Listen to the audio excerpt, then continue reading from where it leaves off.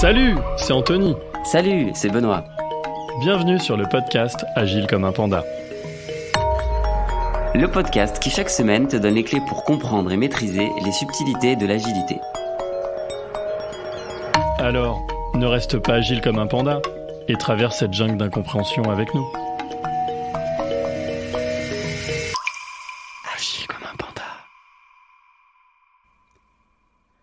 Bonjour tout le monde. Aujourd'hui, on va parler d'un sujet assez important qu'on entend souvent, celui du backlog. On va essayer de voir ensemble ce que c'est, à quoi ça sert et comment on peut l'utiliser. Comme d'habitude, Anthony, je vais commencer en te posant la question. Pour toi, selon toi, qu'est-ce que c'est qu'un backlog ? Alors déjà, je vais te troller, on dit un ou une backlog. Je pensais pas que tu commencerais avec ça. Moi, je dis un backlog, parce que si on essaie de traduire en français, on va dire que c'est un arriéré de sujets à traiter. Donc, je le mets au masculin, mais honnêtement, je pense qu'on peut dire les deux. Ouais, et puis comme on le disait en préparant, hein, je spoil un peu, mais en fait, en anglais, c'est it. Donc en fait, c'est ni il ou elle, c'est un objet.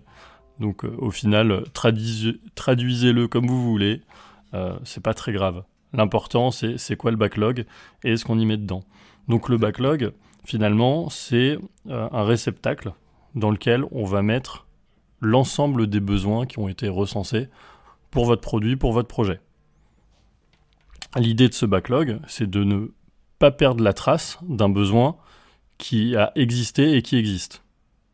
Donc, pour cela, le ou la product owner en est responsable, et pas responsable, c'est-à-dire c'est cette personne qui décide quel besoin rentre dans le backlog, quel besoin en sort, ou quel besoin, en fait, va être proposé à l'équipe de développement pour intégrer un autre backlog qui est celui du sprint, puisque nous allons voir ensemble qu'il y a plusieurs backlogs.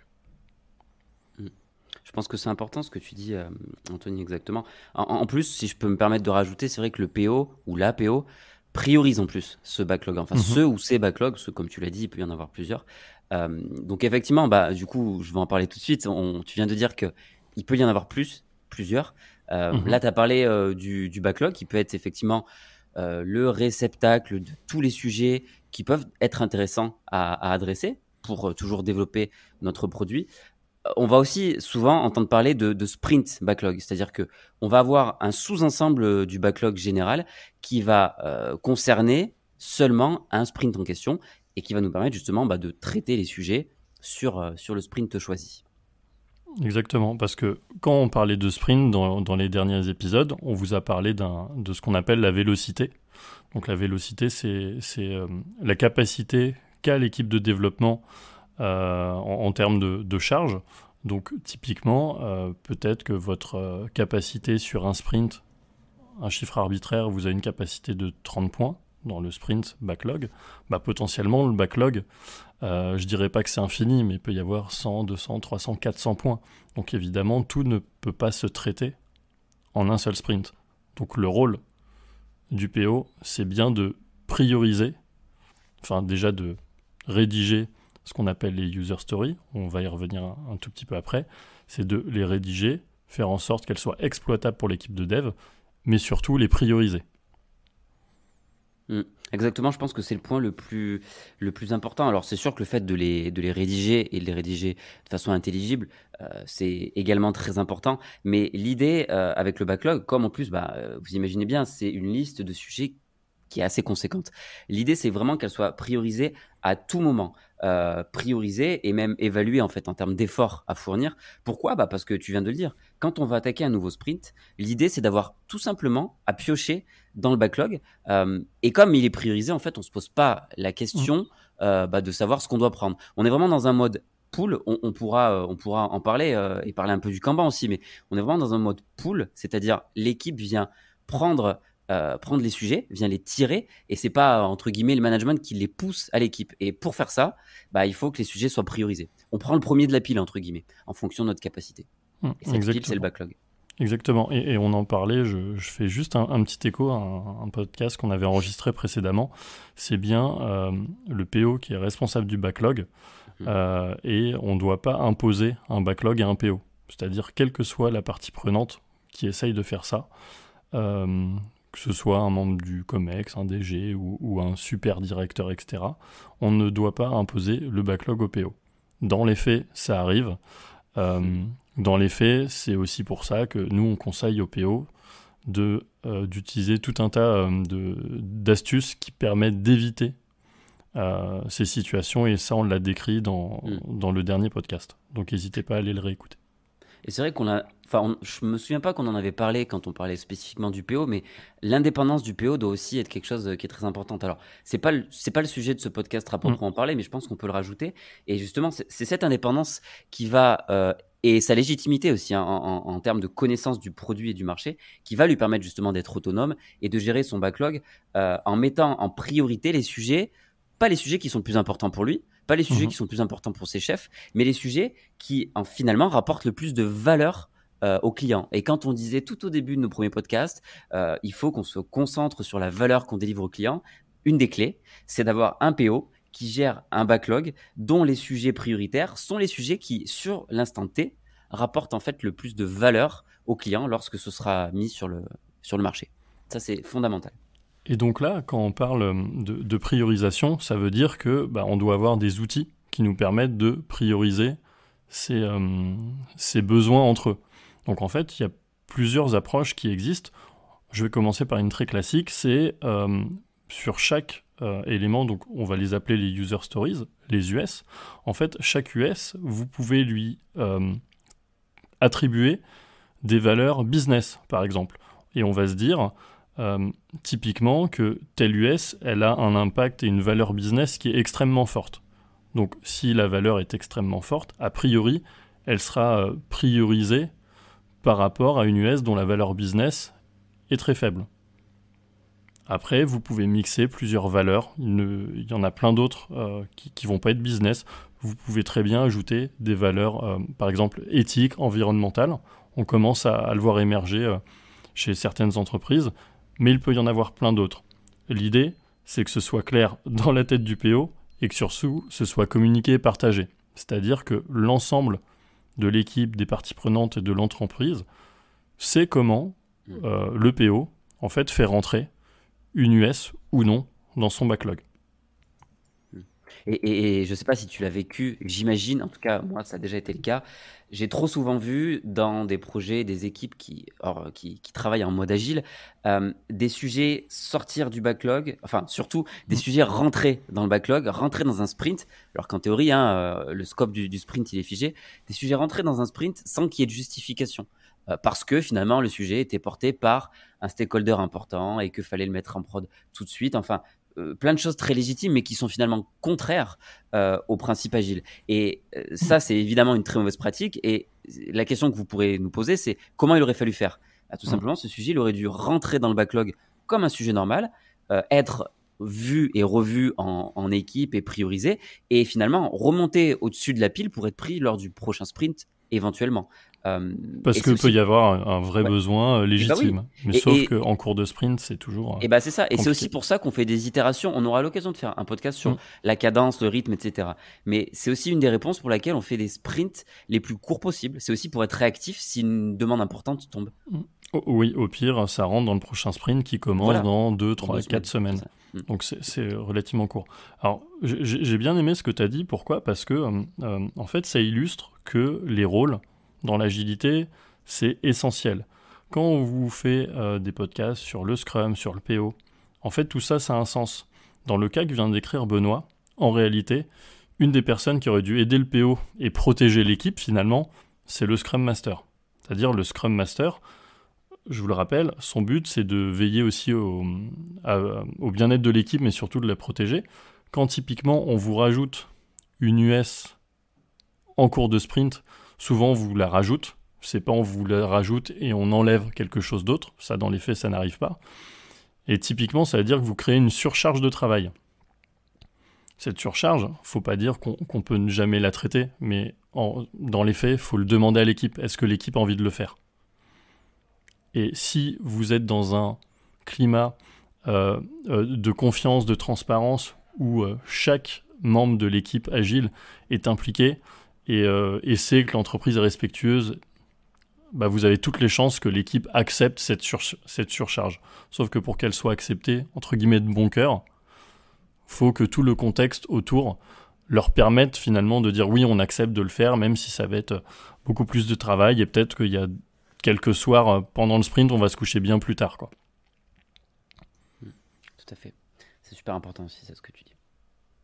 Après, je sais pas, on peut aussi rappeler aujourd'hui qu'il existe quand même pas mal d'outils pour gérer le backlog. Il y en a qui sont très connus, hein, comme Jira, comme Version One.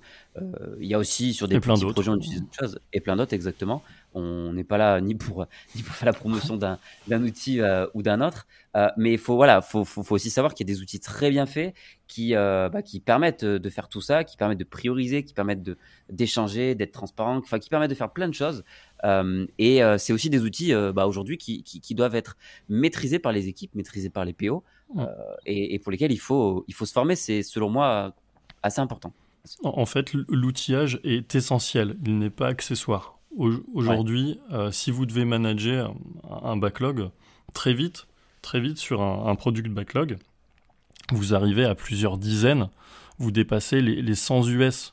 Donc si vous n'avez pas l'outil adéquat pour gérer ça, en réalité, vous n'y arriverez pas. Donc peut-être que vous avez essayé de démarrer en montant un sombre fichier Excel, mais dans lequel finalement tout le monde vient un peu mettre sa patte, le transformer, etc. Et au final, en fait, vous dépossédez un peu le product owner de sa responsabilité. Et humainement, ça va créer aussi des problèmes forcément. Donc vraiment, l'outillage est essentiel. Et comme vous l'avez dit, Benoît, l'idée, c'est pas de vous pousser plus vers du Jira, du Version One, du Redmine ou ce que vous voulez. L'idée, en revanche, c'est d'avoir conscience que cet outillage est essentiel et que tout le monde doit savoir s'en servir. Après, moi, j'aimerais bien faire une toute petite aparté aussi sur toujours sur le backlog, mais c'est vrai que là, on l'aborde sous l'angle vraiment Scrum. C'est-à-dire que on a un backlog, on a des sprints, on fait rentrer des sujets. Il faut aussi savoir que le backlog, il marche très bien avec des méthodologies beaucoup plus Kanban. Et d'ailleurs, à la base, c'est aussi apparu avec des méthodologies comme ça. C'est-à-dire que le backlog ne va pas être attaché à du Scrum, à du Kanban et à d'autres méthodologies. Imaginez par exemple, vous avez déjà vu des équipes avec des sujets peut-être un peu moins importants que quand on est à l'échelle, mais avec une liste de post-it, une colonne to do, une progress done, et puis ces post-it sont priorisés et les équipes viennent prendre les tickets, les font avancer. Au final, le backlog, ça peut s'apparenter à ma liste de post-it qui sont sur l'extrême gauche du tableau. Du board, ouais. Voilà, du board. Donc, encore une fois, le backlog, c'est un backlog de sujets peut-être pour du Scrum, c'est un backlog pour du Kanban, c'est un backlog de listes de tâches à faire, même si on n'est pas sur du développement informatique.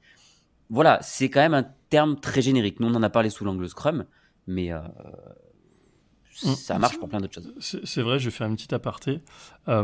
Parce que tu parlais de Kanban, de Scrum, juste pour clarifier. Alors, je ne vais pas rentrer vraiment dans l'explication de ce qu'est Kanban dans le détail, parce que c'est un sujet super vaste, mais typiquement, quand vous suivez le Scrum Board tel qu'il est défini, vous avez 3 colonnes. To do, whip, done. Et souvent, vous allez entendre parler d'équipes qui disent « nous, on fait ce qu'on appelle du Scrum Ban ». Donc, vous comprenez que c'est le mix entre le terme Scrum et Kanban. Pourquoi ? Parce que quand vous allez dans un board Kanban, en fait, c'est vous qui construisez vos colonnes, donc finalement, les étapes que vous voulez suivre. Et c'est en ça que le Kanban, il est intéressant quand on parle de flow, c'est-à-dire que vous allez voir votre US vivre depuis finalement son arrivée dans le product backlog jusqu'à sa vie en production. Donc vous n'allez pas vous contenter de to do, whip, done, mais vous allez voir quand elle va être créée une première fois, puis raffinée, puis développée, puis testée, puis mis dans tel environnement jusqu'à ce qu'elle aille en prod, et même potentiellement qu'il y ait des bugs de prod, etc. etc. C'est en ça que le Kanban est pertinent et qu'on utilise le Scrum Ban.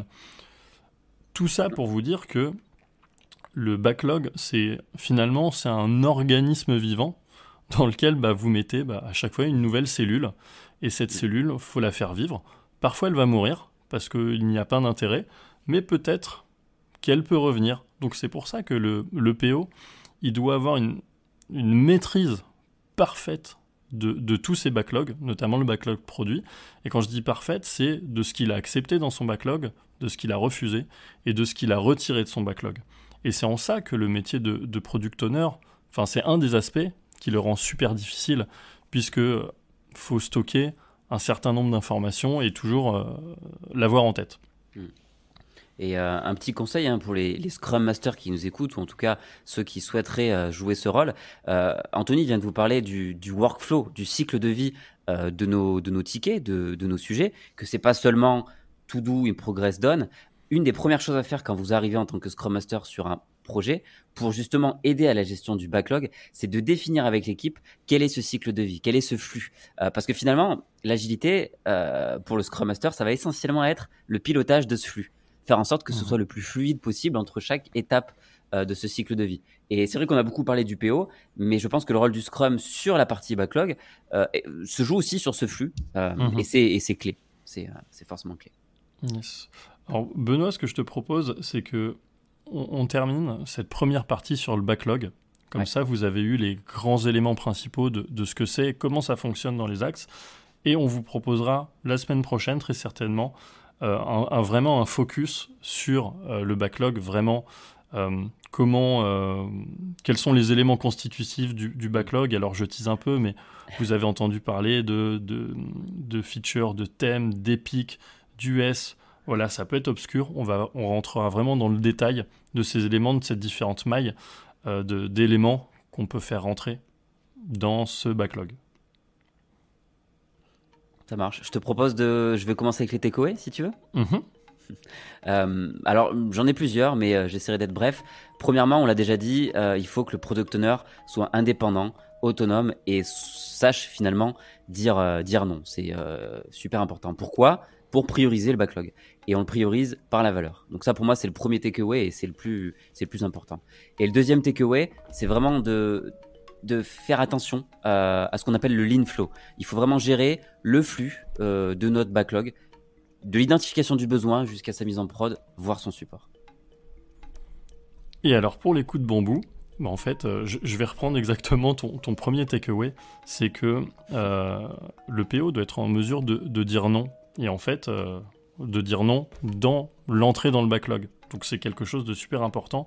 C'est si vous n'êtes pas capable de refuser des nouveaux besoins dans le backlog, franchement, ça va être le début des ennuis. Et le deuxième, c'est surtout si personne ne maîtrise le ou les backlogs, que ce soit le Scrum, le PO, mais aussi l'équipe, vous êtes sûr que ça va faire naître des sprints très très compliqués. Donc vraiment, ces deux aspects sont essentiels. Alors, avec Benoît, on vous remercie pour votre écoute. On vous remercie aussi parce que depuis cette semaine, on a atteint le top 50 des podcasts sur le développement personnel sur Apple Podcast. Donc vraiment, on vous remercie énormément. Sur ce, on vous souhaite une excellente semaine, une excellente écoute des anciens podcasts et on espère encore une fois que ces nouveaux épisodes vous plairont. Très bonne semaine, à bientôt.